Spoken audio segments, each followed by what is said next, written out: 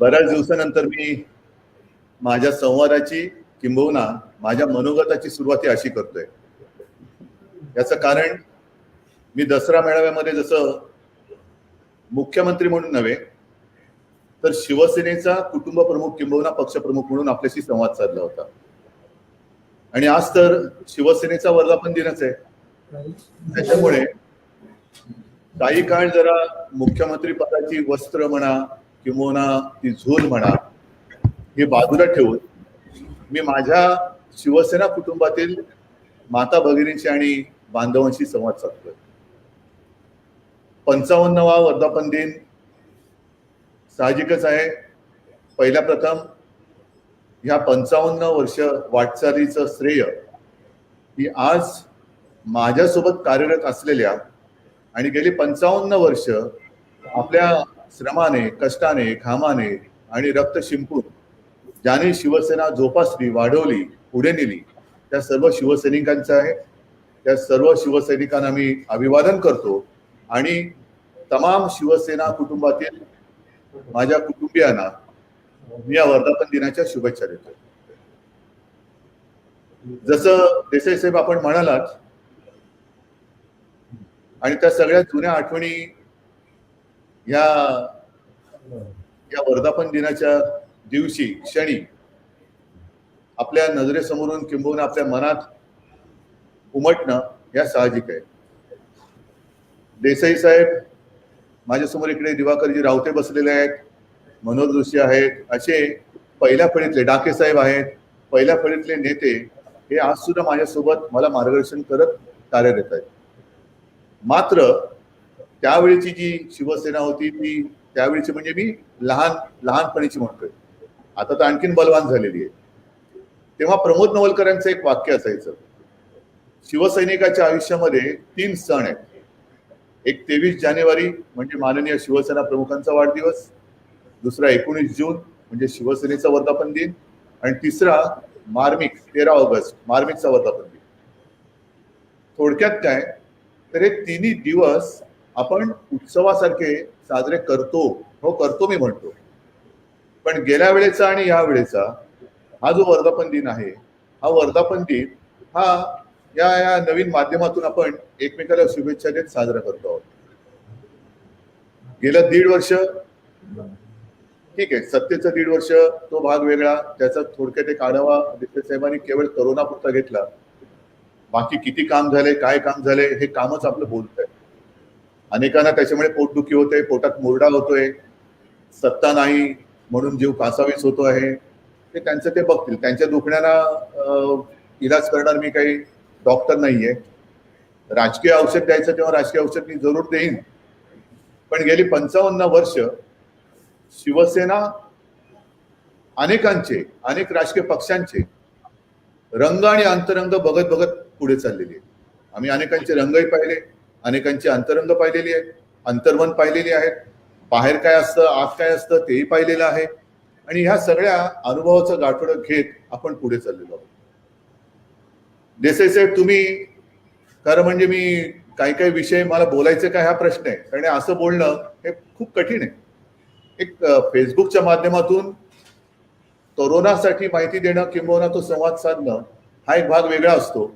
मात्र भाषण करणं हा एक विचित्र अनुभव आहे. आणि भाषण करताना समोर जल्लोष पाहिजे. समोर जर का कोणी जिवंत अशी आपले रसरस्ते शिवसैनिक नसतील तर या अशा भाषणाला काय मजाच येत नाही. म्हणून कदाचित काही जण म्हणतील की उद्धव ठाकरे बोलले पण भाषणामध्ये जोश नव्हता. जोश असेल कसा, समोर हशा टाळ्या घोषणा नाहीत, जय जयकार नाही, माझा नाही, शिवसेना प्रमुखांचा हिंदुत्वाचा आणि शिवसेनेचा तो नसताना मी एकतर्फी बोलतोय. आणि एकतर्फी बोलताना अजूनही माझ्या मनामध्ये नेमकं काय बोलावं हे असं काही ठरलेलंच नाहीये. मी बोलत जातो आपल्याशी. सध्याचे जे काही दिवस आहेत या दिवसाबद्दल देसाई साहेब आपण बोललात. खरं म्हणजे अनेक जण अनेक राजकीय पक्ष याही करोनाच्या काळात सुद्धा सोबळाचा नारा देत आहेत. आपण देऊ सोबळाचा नारा. सोबळ तर पाहिजेच, ताकद तर कमावलीच पाहिजे, पण सोबळाचा नारा म्हणजे नेमकं काय आहे की मी अनेक जण आहेत आता या लॉकडाऊनच्या काळामध्ये, अनेक जण येतात आणि त्यांचे उद्योग व्यवसाय हे सुरू करण्यासाठी परवानगी मागतात. रेस्टॉरंट सुरू करा, आमची दुकानं सुरू करा, आमच्या व्यायामशाळा सुरू करा. आता व्यायामशाळा सुरू करा म्हटल्यानंतर व्यायामशाळेत जी लोक सगळी जातात ती कशासाठी जातात? व्यायाम करतात. व्यायाम करतात म्हणजे सगळेजण काय कुस्तीच खेळायला जातात का? असं नाहीये. पण आपलं बळ हे असलंच पाहिजे. जे माझे आजोबा सांगायचे आणि शिवसेना प्रमुख सांगायचे की स्वतःचं बळ आणि आत्मविश्वास, तुझ्यामध्ये जर का आत्मविश्वास नसेल तर तू काही करू शकणार नाहीस. आणि आत्मविश्वास जर का असेल तर जगाच्या पाठीवर कुठेही जा, तुला मरण नाही. हा आत्मविश्वास आणि आत्मबळ आणि स्वबळ हेच तर शिवसेनेने दिलं.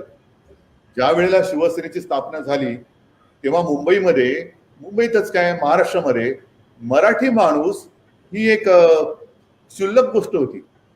म्हणजे मराठी माणसाला मान तर सोडाच, पण अपमानित होऊन जीवन जगावं लागत होतं. आणि त्यावेळेला शिवसेना प्रमुखांनी शिवसेनेची स्थापना जर का केली नसती तर आज देश तर सोडा, महाराष्ट्रात आणि मुंबईत मराठी माणसाची जी काय अवहेलना झाली असती ती म्हणजे विचारता सोय नाही. हे मी का सांगतोय तर जे अनेक जण स्वबळाचा नारा देत आहेत त्यांना सांगायचं मला की स्वबळ म्हणजे केवळ निवडणुका लढण्यापुरतंच असायला पाहिजे असं नाही, तर एक अभिमानाचं, स्वाभिमानाचं आणि हक्काचं न्याय हक्क मागण्यासाठी सुद्धा स्वबळ लागतं. नाहीतर अन्याय होतोय, अन्यायाविरुद्ध वार करा. अरे बळच नाहीये, वार कसला करतोयस? तलवारच पेल्याची हिंमत नाही, आधी तलवार उचलण्याचं तरी ताकद कमाव आणि मग वार कर. तर ही जी काही ताकद लागते, स्वबळाची ताकद, स्वबळाचा अर्थ माझ्यासाठी तो आहे. निवडणुका येतात, निवडणुका जातात, हारजीत होत असते, कोण हारतं कोण जिंकतं. जिंकलं आनंद आहे, पण हारल्यानंतर सुद्धा पराभूत मानसिकता ही घात करते. ज्याप्रमाणे देसाई साहेब आपण सांगितलं की गेल्या आठवड्यामध्ये मी आशा सेविका ज्या आहेत, ज्यांना आपण आशाताई म्हणू, त्यांच्याबरोबर संवाद साधला. राज्यातील आपल्या सर्व सरपंचांशी संवाद साधला. त्याचबरोबरीने आपल्या गेल्या निवडणुकीत दुर्दैवाने जे काही पराभूत झाले त्या उमेदवारांशी मी संवाद साधला आणि मी त्यांना हेच सांगितलं की आता आपल्या समोरचा पराभूत हा शब्द काढा. पराभव हा निवडणुकीत झालेला आहे, आपण मनाने खचलेलो नाही आहोत. जो मनाने खचला तो संपला आणि ते जे बळ आहे ते स्वबळ आहे. ते स्वबळ आहे. कोणतेही संकट गेल्या 55 वर्षात अनेक संकट आली, आज सुद्धा या संकटाचा सामना करतोय. पण संकटाला जर मी घाबरलो तर मग मी शिवसैनिक कसा? मी शिवसेनेचा पक्षप्रमुख तर सोडाच, पण शिवसेना प्रमुख आणि या मला माफ करणार नाही जर संकटाला जर मी घाबरलो तर. आणि माझ्या आजोबांची तर शिकवणच होती की संकटाच्या छाताडावरती चालून जा. संकटाच्या छाताडावरती जर का चालून जायचं असेल तर आत्मविश्वास पाहिजे आणि स्वबळ पाहिजे. पुन्हा एकदा सांगतो की काही जण उद्या बातमी करतील, उद्धव ठाकरेंनी दिला स्वबळाचा नारा. नारा नाही, हा आमचा हक्क आहे, आमचा अधिकार आहे. आणि तो केवळ निवडणुकांशी संबंधित नाही, तर अन्यायाविरुद्ध वार करण्यासाठी. अन्याय कोणाविरुद्ध? कोणावरती अन्याय? स्वतःवरती अन्याय? अजिबात नाही. जसं सुरुवातीला शिवसेना प्रमुखांनी भूमिपुत्रांच्या न्याय हक्कासाठी लढणाऱ्या, होय मराठी माणसाच्या न्याय हक्कासाठी लढणाऱ्या शिवसेनेचा विजय असो, ही घोषणा एक दिली होती आणि जी घोषणा तमाम महाराष्ट्राने उचलून धरली होती ते सोबळ. तेव्हा शिवसेनेवरती संकुचितवादाचे आरोप झाले, प्रांतीयतेचे आरोप झाले. डरले नाहीत शिवसेना प्रमुख, करत गेले, काम पुढे करत गेले. आणि गेल्या वेळेला मी सांगितलं होतं, कदाचित काही जणांच्या लक्षात नसेल, आजही पुन्हा सांगतोय की गेल्या अनेक वर्ष आपली स्थानिय लोकाधिकार समिती जी मराठी माणसाच्या न्याय हक्कासाठी लढते, भारतीय कामगार सेना लढते, पण स्थानिय लोकाधिकार समिती ही शिवजयंतीच्या वेळेला एक शिवराय संचलन करते. मी सुद्धा काही वेळेला गेलो नाही. मी गेल्यानंतर मी काय पाहिलं तिथे, तर तो जो परिसर आहे तो मुंबईतला कुलाबा म्हणजे फोर्ट परिसर, अत्यंत सरळ उच्चभ्रू ऑफिसेस, तिथे ते शिवराय संचलन होतं. आता त्या विभागाचं वैशिष्ट्य काय? मी ज्या वेळेला जातो, आवर्जून जातो आणि मुद्दामून मी चौफेर बघत असतो सगळीकडे. माझ्या आजूबाजूला तर शिवसैनिक असतातच, पण चौफेर पाहताना आजूबाजूच्या ज्या सगळ्या मोठमोठ्या इमारती आहेत, सगळी मोठमोठे ऑफिसेस आहेत, हे दुथडी भरून बघत असतात शिवसेनेकडे, शिवसेनेच्या ताकदीकडे, त्या भगव्या ताकदीकडे. खिडकीतनं लोक डोकावत असतात, त्या पॅरापीटवरती लोक असतात, गच्चीतनं लोक बघत असतात, काही झाडावर चढलेले असतात. हे अप्रूप आहे, किंबहुना हा चमत्कार आहे. हा चमत्कार काय आहे की तो काळ जेव्हा शिवसेना नव्हती तेव्हा ह्या इमारतींचे दरवाजे खिडक्या मराठी माणसासाठी बंद होत्या. त्या बंद दरवाजावरती धडक मारून तोडून शिवसेनेने मराठी माणसं त्या ऑफिसमध्ये, कार्यालयात मी तर म्हणेन घुसवली, होय घुसवली, आणि त्यांना न्याय मिळून दिला. हे शिवसेनेचं कर्तृत्व. जर बळ नसतं, मनगटात ताकद नसते, मनगट आहेत पण त्या मनगटात ताकद नाही, लेच्यापेच्या मनगटाने काय होऊ शकत नाही. शिवसेना प्रमुखांनी मराठी माणसाला तुला मनगट आहे आणि त्या मनगटामध्ये कधी काळी हिंदवी स्वराज्याची तलवार होती ही जाणीव करून दिली, आणि मग जो काय मराठी माणूस पेटला उठला आणि मुंबई आणि महाराष्ट्र त्यांनी सांभाळली, हे सर्वश्रुत आहे. हा शिवसेनेचा इतिहास आहे. जेव्हा मराठी माणसाची भूमिका मांडली तेव्हा आम्ही संकुचित होतो, तेव्हा आम्ही प्रांतीय होतो, पण ठीक आहे. पण जेव्हा शिवसेना प्रमुखांच्या लक्षात आलं की मराठी पण जरूर, प्रादेशिक अस्मिता नक्की, पण हिंदुत्वावरती संकट आलेले आहे, माझ्या देशावरती एक वेगळं संकट येत आहे, तेव्हा जसं मराठी म्हणणं हे कमीपणाचं लक्षण होतं, तसंच हिंदुत्व, नुसतं हिंदुत्वाचा उच्चार करताना सुद्धा भल्या भल्यानं कापर भरत होतं. आणि त्यावेळेला शिवसेना प्रमुखांनी गर्व से कहो हम हिंदू है हा एक बुलंद नारा दिला. तीच ही शिवसेना जिने महाराष्ट्राला आधार दिला, हिंदुत्वाच्या रूपाने देशाला आधार दिला. तीच प्रांतीय संकुचित शिवसेना जेव्हा हिंदुत्वाचा अंगीकार केला तेव्हा धर्मांध झाली. म्हणजे टीका करणारे, तुम्ही काही करा, टीका करणार, टीकेची पर्वा करू नका, तुमच्या मनाला काय पटतंय ते करा. जर मराठी माणसांच्या न्याय हक्कासाठी लढायचं असेल जरूर लढेन, जर हिंदुत्वासाठी लढायचं असेल मी जरूर लढेन, पण हिंदुत्व म्हणजे आमचं राष्ट्रीयत्व आहे हे लक्षात घेण्यासारखं आहे. काही जण मला सांगतात की मी मला वाटतं सभागृहात बोललो की आमचं हिंदुत्व हे शेंडी जानवरचं नाहीये. हे माझं वाक्य नाहीये, हे शिवसेना प्रमुखांचं वाक्य आहे. काही जणांना वाटलं की यांचं हिंदुत्व हे त्यांच्यापासून वेगळं आहे, तसं नाहीये. राष्ट्रीयत्व पहिला देशाभिमान, हिंदुत्व आमचं राष्ट्रीयत्व आहे, देशाभिमान, आणि मग आमची प्रादेशिक अस्मिता. हे का मी सांगतोय, कारण आपला हिंदुस्थान जो आहे तो एक संघराज्य आहे. अनेक भाषावार प्रांतरचना जेव्हा झाली, भाषावार प्रांतरचना ही मुळात आपण नाही केली, ही भाषावार प्रांतरचना तेव्हा झाली. प्रत्येक भाषेला एक प्रांत मिळाला, त्या प्रांताला एक राजधानी मिळाली, त्यांना एक राज्य प्रमुख म्हणजे मुख्यमंत्री मिळाला, आणि सगळे एकत्र मिळून आपल्या हिंदुस्थानची निर्मिती झाली. म्हणजे आपल्या हिंदुस्थानचा पाया हा संघराज्याचा प्रादेशिक भाषावार प्रांतरचनेचा आहे, हे आपण विसरता कामा नये. अनेक भाषा, एक देश आणि अनेक भाषा, असं जगाच्या पाठीवरचं हे एकमेव उदाहरण असेल. आणि त्या उदाहरणामध्ये आपण मराठी आहोत, कोण गुजराती आहेत, कोण उत्तर भारतीय आहेत, कोण म्हणजे कर्नाटकी कानडी आहेत, कोण मल्याळ बोलतात, कोण तमिळ बोलतात, कोण आणखी उडिया बोलतात, असं सगळे बोलतात, कोण आसामी आहेत. पण याचं एकत्रीकरण हे आपल्या देशाची ही ताकद आहे. म्हणजे आपल्या देशाचं जे काय स्वातंत्र्य आहे, त्या स्वातंत्र्याची आणि देशाची जी काय शक्ती आहे, त्या शक्तीचा पाया हा प्रादेशिक अस्मितेचा आहे. आणि प्रादेशिक अस्मितेवरती जर का घाला आला तर मग मला वाटतं या देशाच्या संघराज्याच्या एका या पद्धतीलाच नाही म्हटलं तरी तडाखे बसल्याशिवाय राहणार नाही.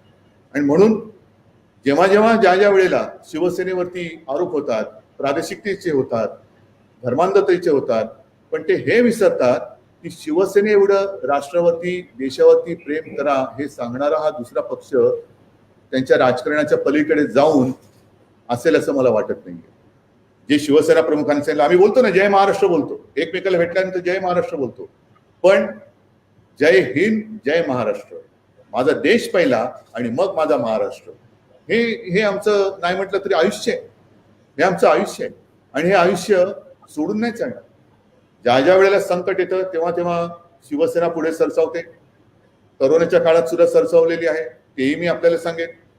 पण जर का आपण सेनापती बापटांची आठवण दरवेळेला काढणार असू, महाराष्ट्र मेला तरी राष्ट्र मेले, मराठ्या विन राष्ट्र गाडानं चाले, खरा वीर वैरी पराधीनतेचा, महाराष्ट्र आधार या भारताचा, आहे का ती महाराष्ट्राची ताकद? शक्य होईल का आपल्याला? आहे, जरूर आहे.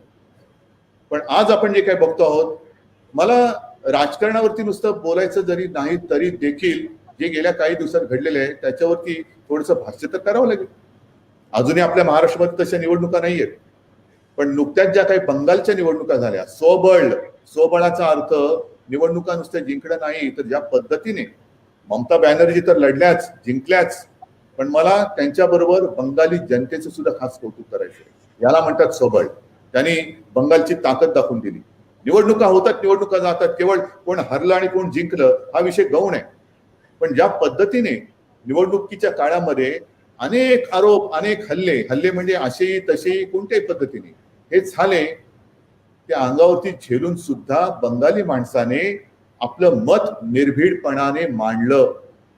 याला म्हणतात खरं बळ, आत्मबळ.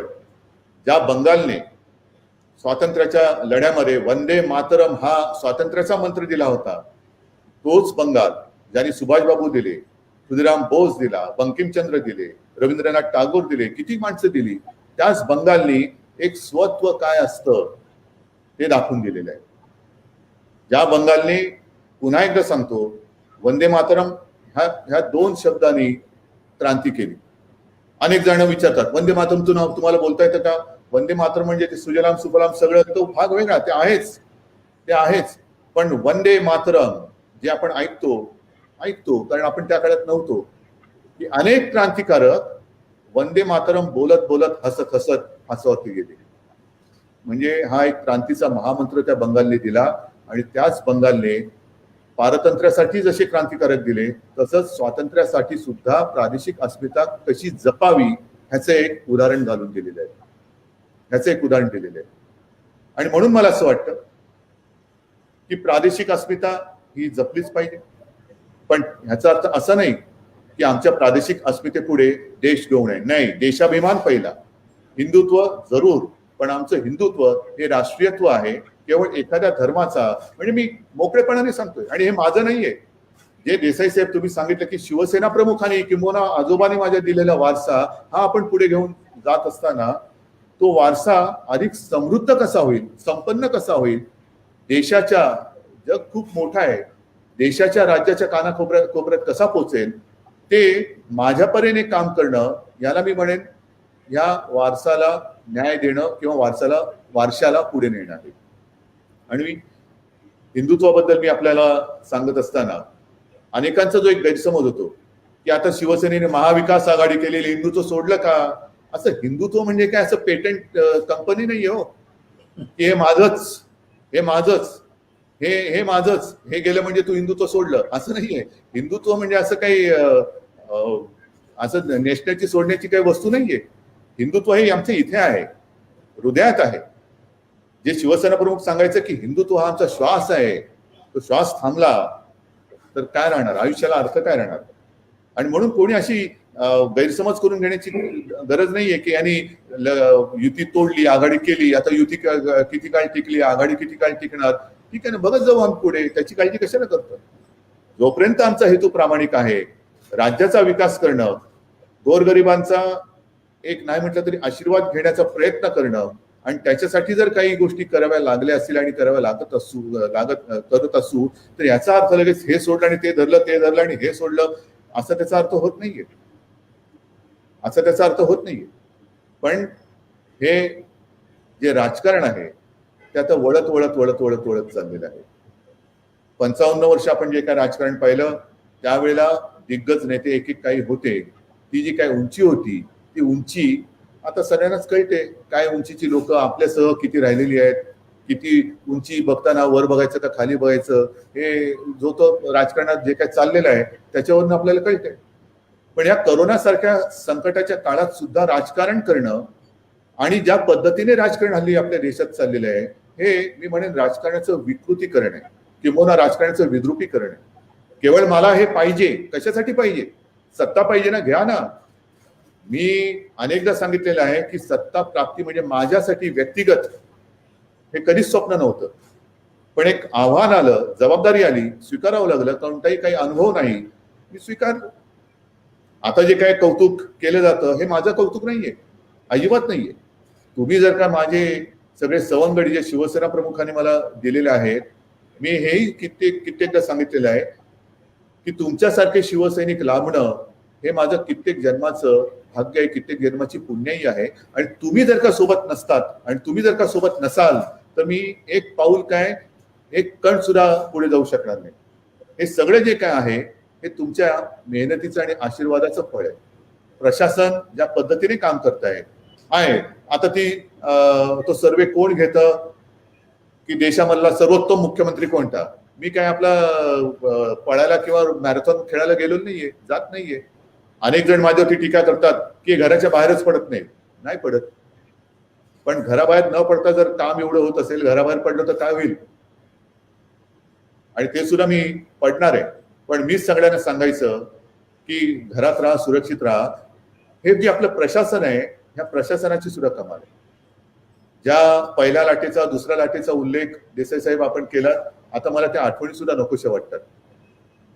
कारण रात्री अपरात्री, सकाळी दिवसा करी कोणाचा प्रशासकीय अधिकाऱ्यांचा, मुख्य सचिवांचा किंवा कोणाचा फोन आला की पहिलं फोन आला म्हटलं की धस्स व्हायचं की काय होते आणि हे काय सांगणार. अशा या पद्धतीमध्ये प्रशासनाने सुद्धा जी अहोरात्र मेहनत केलेली आहे, जनतेने जे काही सहकार्य केलेलं आहे, शिवसैनिकांनी जे काही एक अहोरात्र मेहनत केलेली आहे, त्याचा हा सगळा परिपाक म्हणजेच दुसऱ्या लाटेवरचं आपलं नियंत्रण. शिवसैनिकांवरती अनेकदा टीका होतात. आता गेले 2-3 दिवस शिवसैनिकांना माहिती असेल, मला मेसेज येत आहेत शिवसेना प्रमुखांचं ते भाषण, कोणतं भाषण, त्यातलं एक वाक्य की त्याचा फटकन आवाज आला तर आपला काढकन आवाज आला पाहिजे. हे आता गेल्या 2 दिवसात का सगळीकडे व्हायरल होतंय हे ज्याचं त्याला माहितीये. याला म्हणतात शिवसैनिक. तर हे शिवसैनिकाची ओळख आहे. पण ती नुसती हाणामाऱ्या करणं, खून खराबा करणं हे नाही, हे आपलं काम नाहीये. खून खराबा, रक्तपात करणं हा शिवसैनिकाचा गुणधर्म नाही. तो अन्यावरती वार करणारा शिवसैनिक, तो रक्तपात करणारा शिवसैनिक नाही. पण ही जर का ओळख कोण मुद्दामून जाणून करून देत असेल तर रक्तदान करणाऱ्या शिवसैनिकाची ओळख ही अनेकांना आहे ना. ठीक आहे, 92-93 साली शिवसैनिक रस्त्यावरती उतरला नसता तर मुंबई वाचली नसती, हे त्रिवार सत्य आहे. पण त्याच बरोबरीने रक्तदानाचा विश्वास करणारी शिवसेना आणि शिवसैनिक ही सुद्धा ओळख शिवसेनेची आहे. हे आरोप करणाऱ्यांपैकी किती जणांची अशी ओळख आहे हे पहिल्यांदा त्यांनी मला सांगावं. ज्या वेळेला रक्त पुरवठा कमी होत जातो, मग मी आवाहन करतो. या कोरोनाच्या काळात सुद्धा मी आवाहन केलं की रक्त पुरवठा कमी होत चाललेला आहे, रक्तसाठा कमी होत चाललेला आहे, शिवसैनिकांनो रक्तदान करा. अक्षरशः कोरोनाच्या संकटाच्या काळात सुद्धा स्वतःच्या जीवाची पर्वा न करता शिवसैनिकांनी हजारो बाटल्या रक्तदान करून कित्येक जणांचे जीव वाचवले. रक्तदान करताना आम्ही बघत नाही की मी दिलेलं रक्त हे कोणाला जाणार आहे, मराठी माणसाला जाणार आहे ना, हिंदूला जाणार आहे ना, हे नाही विचारत बसत. जो कोणी, ज्याला कोणाला गरज असेल त्याला ते रक्त जातं. हे आमचं हिंदुत्व आहे, हे आमचं राष्ट्रीयत्व आहे.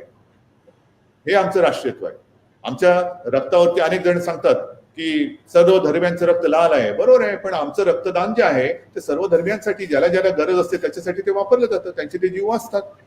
तर हे जे काही होत आहे ही शिवसैनिकाची ओळख आहे. अनेकदा जेव्हा नैसर्गिक आपत्ती येते, जसं आता ते तोक्ते वादळ येऊन गेलं, त्याच्या आधी निसर्ग वादळ आलं, परंतु मुंबईमध्ये सुद्धा आणि राज्यात सुद्धा कधी पूर येतो, दुष्काळ पडतो, एखादी आता जशी साथ आलं तशी साथ येते, तेव्हा पहिला धावून जातो तो शिवसैनिक. ही शिवसेनेची ओळख आहे. त्याच्यामुळे बदनामी करणारे बदनामी करतायत. मी जे म्हटलं की राजकारणाचं विद्रुपीकरण चाललेलं आहे ते हेच आहे, आरोप करायचा आणि पळून जायचं. म्हणजे तुम्हाला बदनाम करून टाकायचं. स्वतः कोण आहेस, स्वतः तू कोण आहेस, तू आम्हाला आमच्यावरती आरोप करतोय, तुझा चेहरा कधी आरशात पाहिलास का, तू कोण आहेस, तुझं सगळं चारित्र्य स्वच्छ आहे का, तुझ्यावरती जे काही तू आमच्यावरती आरोप करतोय ते तुझ्यावरती झालेले नाहीयेत का. पण आम्ही असे आरोप करून कोणाला केवळ बदनाम करायचं म्हणून करत नाही. आम्ही आमच्या एका रुबाबात चाललेलो आहोत. 55 वर्ष ही सारीसुरी वाटचाल नाहीये. जर शिवसेनेचं राजकारण हे हीन दर्जाचं असतं, किंबहुना केवळ हपापलेपणाचं असतं, मला मिळालंच पाहिजे, मला सत्ता पाहिजे, कशाला पाहिजे ते नाही माहिती, पण सत्ता मिळालीच पाहिजे, नाही तर शिवसेना टिकलीच नसती, अजिबात टिकली नसती. मी शिवसेना पुढे नेऊन दाखवीन हे कशाच्या जोरावर सांगितलं, कारण हे तुम्ही सर्व शिवसैनिक जे शिवसेना प्रमुखांच्या विचाराच्या पठडीमध्ये तयार झालेला आहात त्या जोरावरती मी सांगितलं. आणि आजही माझा आत्मविश्वास तोच आहे की शिवसेना अजूनही पुढे जात चाललेली आहे. एक एक पाऊल करत पुढे चाललेली आहे. आणि या सगळ्या काळामध्ये आपण स्वबळ म्हणजे काय हा जो एक महत्वाचा भाग आहे. आज देश जगाचं मला काय विचार करण्याची गरज नाही, कारण प्रत्येक जगाला देशाला कोण ना कोणतरी एक दाता आहे, त्राता आहे, पंतप्रधान आहेत, सगळे आहेत. आपल्या देशात सुद्धा ह्या सगळ्या गोष्टी आहेत. पण महाराष्ट्राचा अनुभव घेत असताना देशाचा इतर राज्यांचा अनुभव काही वेगळा आहे असं मला वाटत नाही. आपण कोरोनाचा सामना करतोच आहोत, मुकाबला करतोच आहोत. अजून किती काळ हे संकट चालेल हे काही सांगता येत नाही. पण हे विशेष एक सांगण्याची गोष्ट म्हणजे वैद्यकीय शास्त्राप्रमाणे कोविड आणि नंतर पोस्ट कोविड म्हणजे कोविड होऊन गेल्यानंतर सुद्धा रुग्णांवरती काही त्याचे दुष्परिणाम होतात ते आता आढळत आहे. म्हणजे तो म्युकरमायकोसिस असेल, आणखीन काही असेल, ह्या झाल्या आरोग्याच्या तक्रारी.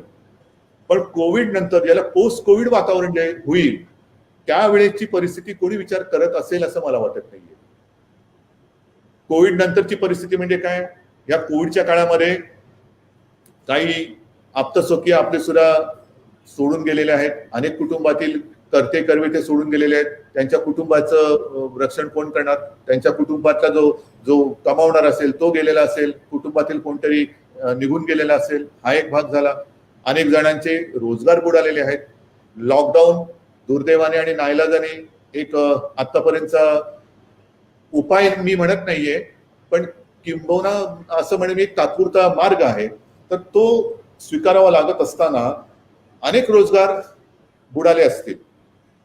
महाराष्ट्रामध्ये या लॉकडाऊनच्या काळात देसाई साहेब आपणच लाखो करोड रुपयाचे सामंजस्य करार केले, ते बरोबर आहे. परंतु हे प्रत्यक्ष अंमलात येईपर्यंत काही काळ लागणार आहे. म्हणजेच काय तर रोजगाराचं काय होणार, रोजीरोटी नाही म्हटलं तरी थोडीशी मंदावलेली आहे. तर पोस्ट कोविड हे जे काय वातावरण आहे की माझं काय होणार ह्या एका चिंतेने देशातील सर्व नागरिक हे अस्वस्थ आहेत, चिंतामग्न आहेत. आणि त्यांची अस्वस्थता आपण लक्षात न घेता केवळ स्वबळाचा नारा दिला, एका हाती सत्ता आणू, लोक जोड्याने आणतील. लोक म्हणतील की तुझी सत्ता आणि स्वबळ ठेव, तुझ्याकडे पहिलं मला भाकरी कशी देणार ते सांग, माझ्या रोजीरोटीचं काय ते सांग. ते न करता तू बरा, तुझं बळ तू उभं राहायचं, काही करायचं आणि आम्ही तुला मतं द्यायची, तुझं बळ तू वाढवणार आणि आम्हाला भिकेला लावणार. तर हा विचार आज आपण केला नाही तर मग मात्र आपला देश अराजकता हा शब्द करायची तर अगदी टोकाचा होईल, पण अस्वस्थतेकडे चाललेला आहे हे निश्चित. पुढे काय आहे, सत्ता आहे, सत्तेचा उपयोग काय करून घेणार, सत्ता हवी आहे, सत्ता मिळेल, त्याचा उपयोग काय करून घेणार, स्वतःसाठी नाही तर जनतेसाठी, हे आता ठरवण्याची वेळ आलेली आहे. आणि म्हणून मला असं वाटतं की केवळ निवडणुका एक निवडणुका हा एक विचार आणि सत्ता प्राप्ती हा एक विचार सर्व राजकीय पक्षाने बाजूला ठेवून या संकटाचा सामना जो आता आपण करतो आहोत हा आरोग्यविषयक झाला, पण आर्थिक संकट जे उद्या येणार आहे त्या आर्थिक संकटाचा सामना हा कसा करायचा त्याचा विचार जर का आपण न करता विकृत राजकारण करत राहिलो तर मग मात्र आपलं आणि आपल्या देशाचं काही खरं नाहीये, खरंच खरं नाहीये. आज मला एका गोष्टीचा अभिमान आहे नक्कीच देसाई साहेब, तुम्ही जे बोललात की कार्यक्रम शिवसेनेचा वर्धापन दिन आहे, काय कार्यक्रम दिलात, राजकीय कार्यक्रम दिला की आम्ही स्वबळावरती आता सत्ता मिळू, नाही. तुम्ही काय सांगितलं, करोनामुक्त गाव करा. किती राजकीय पक्ष असं त्यांच्या वर्धापन दिनाच्या दिवशी सांगत असतील की राजकारण बाजूला ठेवून माझं गाव, माझी वस्ती, माझं घर हे करोनामुक्त ठेवा. हा कार्यक्रम देणारे किती राजकीय पक्ष असतील. माझं कुटुंब माझी जबाबदारी म्हणजे काय की माझ्या घरामध्ये म्हणजे गेल्या आठवड्यामध्ये जवळपास 3.25 लाख लोकांना आपण घरं दिली, महाआवास योजना, 3.25 लाख लोक. त्यांना सुद्धा मी सांगितलं की ह्या घराच्या चाव्या ह्या तुम्हाला देतोय, पण माझी अट एकच आहे की प्रत्येकाने शपथ घ्यायची की माझ्या घरात मी करोना येऊ देणार नाही. असं जर का प्रत्येकाने ठरवलं की माझ्या घरात करोना येऊ देणार नाही, ती काळजी आम्ही सर्व कुटुंबीय घेऊ, तर घर करोनामुक्त झालं, वस्ती करोनामुक्त होईल, वस्त्या करोनामुक्त झालं, गाव करोनामुक्त होईल, गाव झालं, तालुका, जिल्हा, महाराष्ट्र राज्य हे करोनामुक्त होऊ शकतं.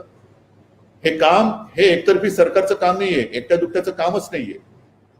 ही एक चळवळ झाली पाहिजे. का मी सरपंचांशी बोललो, का मी आशा वर्कर्स त्यांच्या बरोबर बोललो, का मी सगळ्यांशी बोलतोय, का मी माझा डॉक्टर ही संकल्पना आणली, ती एवढ्यासाठी की सगळी लोक, स्वातंत्र्य कधी मिळालं, जेव्हा ती एक चळवळ निर्माण झाली. लोकमान्य टिळकांनी सुद्धा, लोकमान्य त्यांना का म्हणतात, की त्यांना जेव्हा लक्षात आलं की कोणत्याही गोष्टीत जोपर्यंत जनसहभाग येत नाही तोपर्यंत त्या गोष्टीला यश मिळत नाही. संयुक्त महाराष्ट्र कधी यशस्वी झाला, तमाम मराठी माणूस गिरणी कामगारासह जेव्हा रस्त्यावरती उतरला तेव्हा मुंबई महाराष्ट्राला मिळाली, ती मिळवली. हे एकट्या दुकट्याचं काम नाहीये. आणि त्याचप्रमाणे जर कोरोनातून आपल्याला बाहेर पडायचं असेल तर प्रत्येक घरातला प्रत्येक माणूस या चळवळीमध्ये जोपर्यंत सहभागी होत नाही तोपर्यंत आपण कोरोनामुक्त होणं हे अवघड नाही, अशक्य आहे. आणि मला असं वाटतं की आज 55 वर्ष शिवसेना पूर्ण करून पुढे जात आहे. राजकारणाच्या ठिकाणी जे करायचं ते बघून घेऊ. सुरुवातीलाच मी म्हटलेलं आहे, प्रत्येकाचे रंग अंतरंग हे बघत बघत आपण पुढे चाललेलो आहोत. आपली सुद्धा एक स्वतःची भूमिका आहेच, आपण सुद्धा एक दिशा ठरवलेली आहेच. सत्तेसाठी कधी लाचार होणार नाही हे तर आपलं व्रत आहे, पण त्याच बरोबरीने आपण उगाच कोणाची तरी पालखीही वाहणार नाही हे सुद्धा आपल्याला ठरवावं लागेल. शिवसेनेचा जन्म हा न्याय हक्कासाठी झालेला आहे, दुसऱ्यांच्या पालख्या वाहण्यासाठी नाही. आम्हाला पालखीला म्हणजे ती दिंडी वेगळी, ती आता दिंड्या तर सुरू होतील, कृपा करून गैरसमज करू नका. त्या दिंड्या वेगळ्या, तो ती मानाची पालखी असते. पण त्या हलत्या चलत्याच्या पालखीला खांदा देणं ह्याच्यासाठी शिवसेनेचा आणि शिवसैनिकाचा जन्म झालेला नाही. आम्ही चालू ते स्वाभिमानाने चालू, अभिमानाने चालू. अगदी पायात फाटके जोडे असले तरी चालतील, नसले तरी चालतील, पण आम्ही आमच्या पावलांवरती खंबीरपणाने पुढची वाटचाल करत जाऊ. हे शिवसैनिकाचं ब्रीद, शिवसेनेचं ब्रीद हेच आणि हीच आपली ताकद. म्हणून ही शिवसेना आधी 40-45 वर्ष शिवसेना प्रमुखांनी पुढे नेली, आज ही आपल्या आशीर्वादाने जबाबदारी माझ्यावरती आलेली आहे. ही चालत राहणार आहे. पुढची 100 वर्ष, 200 वर्ष, 300 वर्ष ही मी एक परंपरा आहे. शिवसेना हा एक विचार आहे. शिवसेना पक्ष नाही, संघटना नाही, तर शिवसेना हा एक विचार आहे. आणि तो विचार आपल्या सगळ्यांचा आहे, सगळ्यांच्या हिताचा आहे. तो आपण आपापल्या परीने पुढे नेत आहात, तसा तो नेत राहाल अशी अपेक्षा व्यक्त करतो. सगळ्यांना पुन्हा एकदा शुभेच्छा देतो. धन्यवाद. जय हिंद, जय महाराष्ट्र.